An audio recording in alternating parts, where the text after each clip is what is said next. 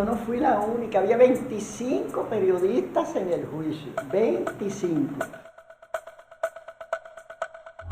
O sea, yo soy de Santiago de Cuba, aunque estudié en La Habana y estaba de vacaciones en Santiago. Se decretó la ley de censura y los periodistas no podían porque yo todavía no era periodista, yo fui periodista 2 meses después, me acababa de graduar. No había celular ni nada de eso. Digo, no, yo tengo que recoger esto que algún día se va a publicar. Tenía mi bolígrafo, tenía los papeles, cogí un papel, lo dividí así, mira, así como si fuera esto, y empecé a escribir tan.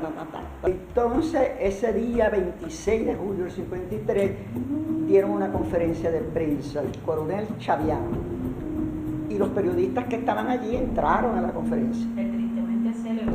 Sí, y yo, el fotógrafo ese, me dijo, era un fotógrafo de experiencia, un hombre que tenía mucha experiencia. Él caminaba por los pasillos y me dijo, oye, si pides permiso a ir al baño, vas a ver que están entrevistando a 2 mujeres.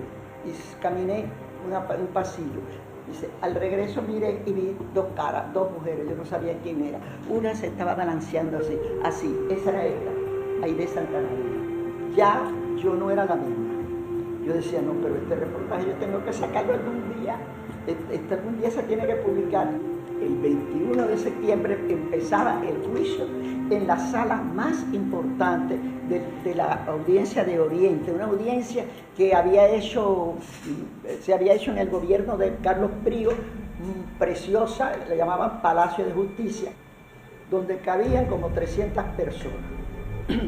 Eran muchos los acusados porque involucraron a todos, porque olía un poquito oposición, aquello fue tremendo, además a los dirigentes de los partidos políticos, de la oposición, en fin, a todo eso, necesitaba el espacio. No permitieron fotógrafos, porque la experiencia del 26 no les gustó. Nosotros estamos de pie esperando la llegada. Yo tenía la imagen de ver a un Fidel, ¿cómo decirte?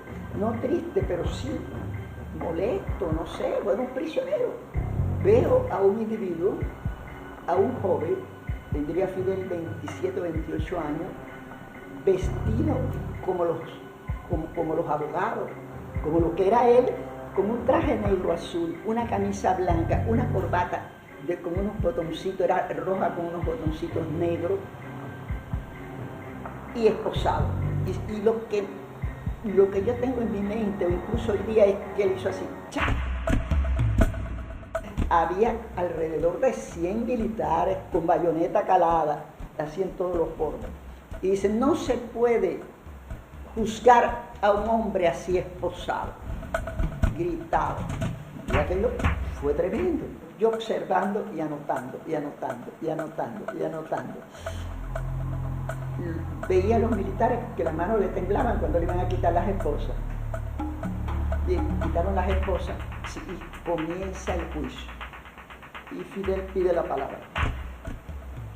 Y le dice, bueno, yo soy abogado. En mi condición de abogado, quiero asumir mi propia defensa. E empieza el interrogatorio con Fidel. Y ahí es donde él asume que él fue el jefe del asalto a Moncada. Asume que el por qué lo hizo, que eso está en la historia me absolverá. Mira, la historia me absolverá, mírala aquí. Esta fue la edición que se hizo clandestina.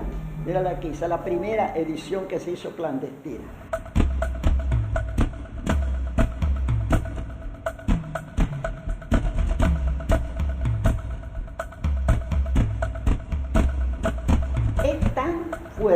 Tan fuertes son sus respuestas que el tribunal está asombrado. Y él sigue hablando y hablando, contestándole, pero cada pregunta, por pequeña que fuera, él hacía una historia de lo que ocurrió. Él se pone la toga y va, y se sienta en el área de los abogados, al lado de Baudilio Castellano. que Audilio asumió la defensa de los demás combatientes. Y empezó a interrogar. Ahí es donde la cosa se pone todavía más dura, porque él podía interrogar a cualquiera.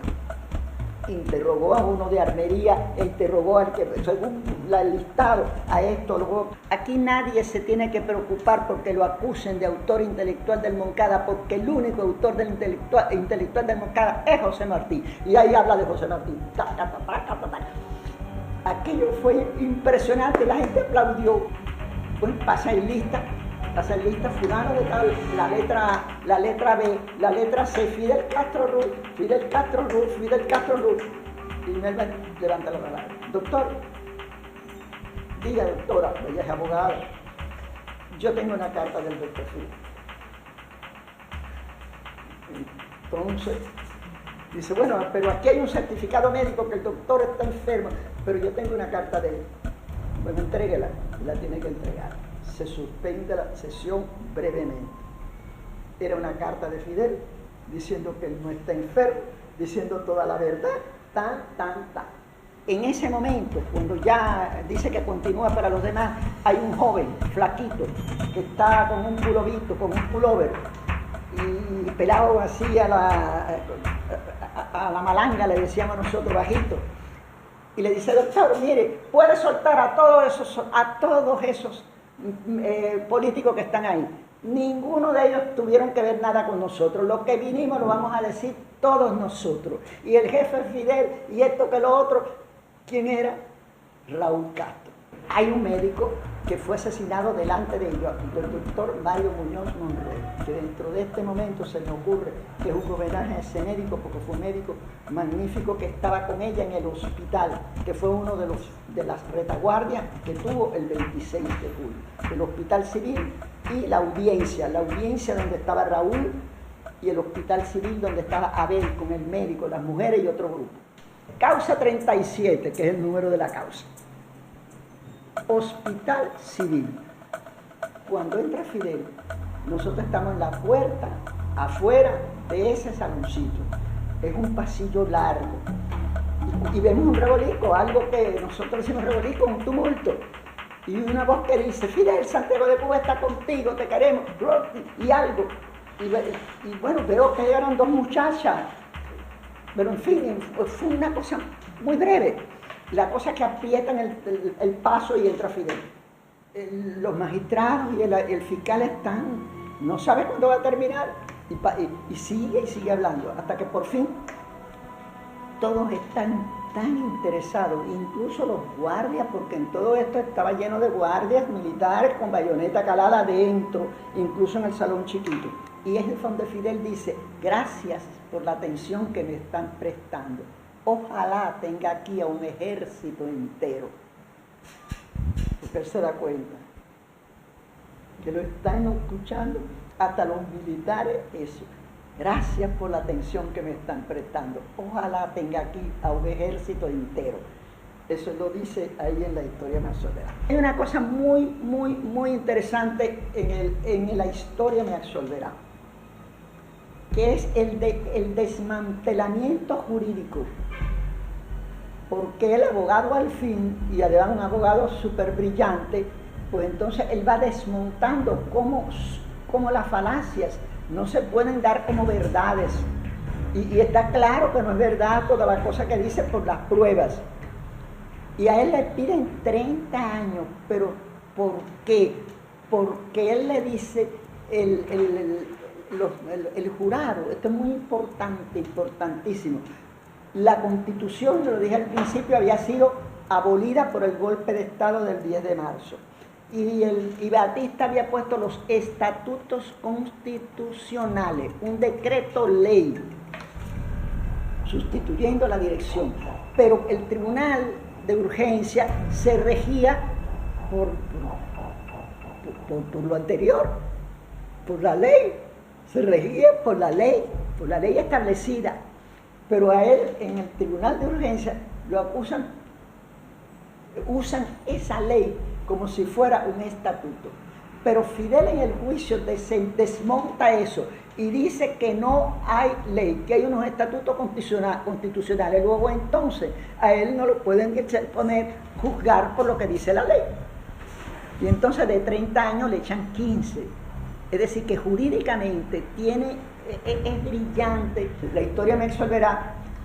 Es un documento que tiene una vigencia y la tendrá para siempre, para Cuba y para América Latina, para todas partes. Incluso en la historia me resolverá, él habla de que en Cuba todos los perseguidos y que tendrán siempre, con sus palabras, ¿no? Que tendrán siempre un lugar aquí. Reitera lo de Martí y habla del proyecto político y económico de la revolución. Es tan meticuloso que obviamente habla primero de la educación, que era lo primero que había que hacer, que fue lo que hizo la revolución, la campaña de alfabetización, que los niños no podían morir de parásitos, todo el proceso médico, el proceso de estudio de la medicina, que hasta hoy vemos los resultados. La reforma agraria, que fue la primera gran ley que se publicó al triunfo de la revolución, bueno, un esquema del pasado, la denuncia de los crímenes, sobre todo, empieza con eso, y el futuro de Cuba y de América Latina, que tiene que ser un futuro de unidad, que sin la unidad no se logra. Bueno, en fin, es un documento histórico, pero no histórico solamente porque denuncia los crímenes, que fue lo principal, sino por la injundia que tiene de proyección de presente, de pasado y de futuro.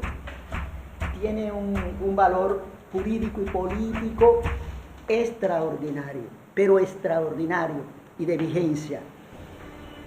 Y hay otra cosa, yo creo que yo les enseñé esto.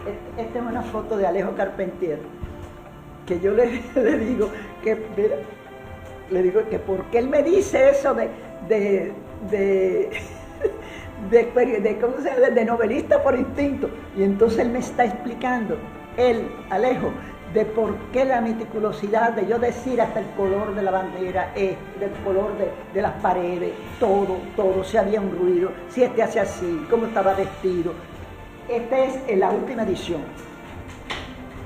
Esta es la última edición en el 90 aniversario de Fidel, que es más gruesa porque se le pusieron muchos fotografías. Mira, hay incluso una foto que yo no tenía, hay dibujos, como no permitieron fotógrafos. Estos dibujos lo hizo un dibujante por la descripción que tanto yo como Vilito Castellano le hicimos de cómo era el juicio. Míralo ahí, Fidel hablando, en el banquillo de los acusados. Mira, descripción de lo que está descrito. Esto es cuando Aide y Melba salieron de la cárcel de Guarajay, porque después del Moncada yo seguí en contacto con ella. Acuérdate que el juicio siguió, yo iba yendo, pero un día, el día que se terminó el juicio, yo me acerqué a la puerta y Aide me dijo, Jovellar 107. Digo, mira, aquí hay una que sabe más que yo de eso, porque a mí me sacaron el tercer día. Marta, cuéntale cómo fue.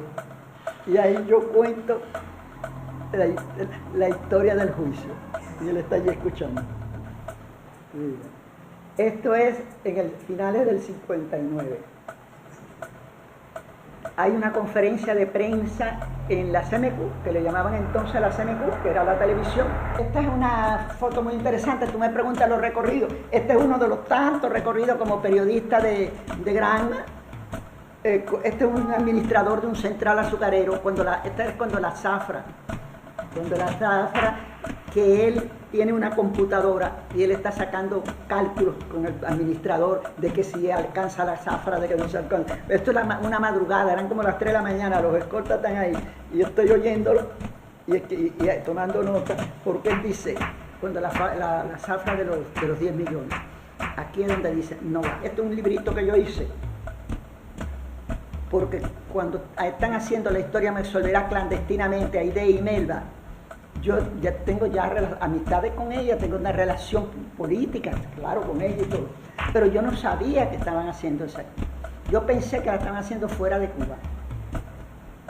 Hasta eso, el cuidado que tenía, honestamente. Yo iba a casa de Nelva todos los días y hablaba de esto, pero tenía que, no podía estar aquí. Pero bueno, después conseguí esta foto. Mira, esta es una casa en la calle Lombillo, cerca de la terminal de ómnibus. Voy a hacer el libro de la historia, me absolverá cómo se hizo, la orden que él le da a Melba para hacerla, la clasificación que tiene y todo relacionado con eso. Ya yo trabajaba en Bohemia, tenía automóvil y ellos tenían un automóvil, pero de gente comprometida, de gente revolucionaria, vaya, no que yo no lo fuera, pero de gente que estaba comprometida. Y cuando yo iba a decir, nos vamos a la máquina de mar, llévame aquí, parqué aquí, ahora venimos. Mira, este es de esa fecha también. Y yo me entero, mira, esta es la casa, una casita en la calle Lombillo, que yo la voy a fotografiar, la fotografío después, cerca de la terminal de ómnibus. Estos son los que distribuyeron la historia me absolverá. Hay una cosa, Celia, que la distribuyó en la parte de Bayamo, Manzanillo. Este es uno de los hermanos Amejeira, que la distribuyó. Esto es un doctorado honoris causa que le dieron a Fidel. Y estas son historias me absolverá escritas en casi todos los idiomas del mundo. Vaya, los idiomas conocidos, no todo del mundo, es una exageración mía, pero que se han escrito en todas partes. Digo, mira Fidel lo que tengo aquí. Pero tú tienes eso no lo tienes. Pero no me digas, ¿de dónde tú sacaste? Digo, no, y entonces me puso, para Marta, con mi profundo cariño, Fidel Castro, mira. Es decir, que fue una cosa muy bella. Está toda desbaratada, pero ese es el valor que tiene. Yo lo he guardado y la guardaré.